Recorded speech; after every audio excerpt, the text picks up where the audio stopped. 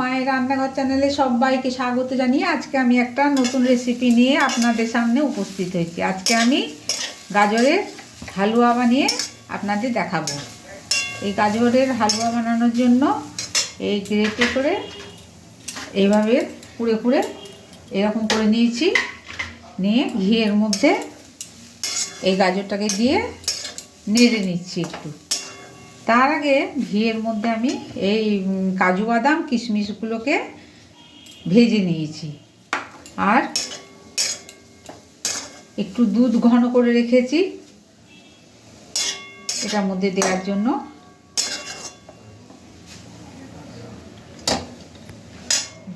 আর বন্ধুরা, আমি এই যে দুধটাকে একটু ঘন করে রেখেছি আর এইটার জন্য আমি মিছরি ব্যবহার করব। আপনারা চিনি ব্যবহার করতে পারেন, তবে আমি মিছরি ব্যবহার করব।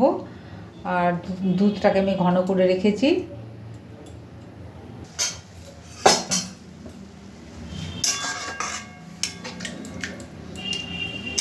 গাজরটার মধ্যে দুধটা ঢেলে দিয়েছি।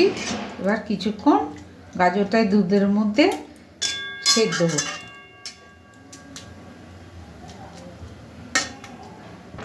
এবার আমি এটার মধ্যে মিছরিটা দিয়ে দিলাম। আর এখানে আমি একটু জায়ফল গুঁড়ো করে রেখে দিয়েছি।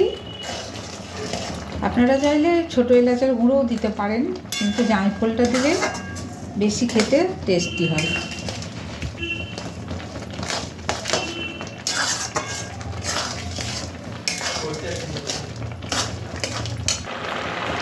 আমার গাজরের হালুয়াটা প্রায় হয়ে এসছে।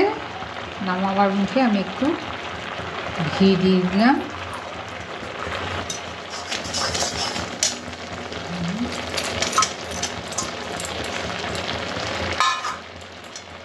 কাজু বাদাম কিশমিশগুলো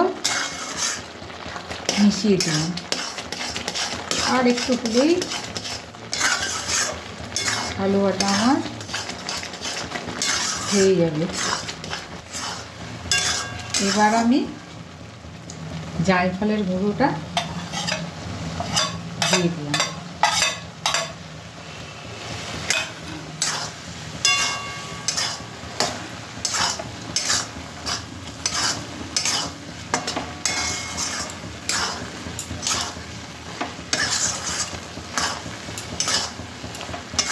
আমার গাজরের হালুয়া কমপ্লিট।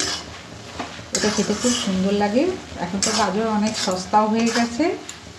আপনারা বাড়িতে এটা তৈরি করবেন,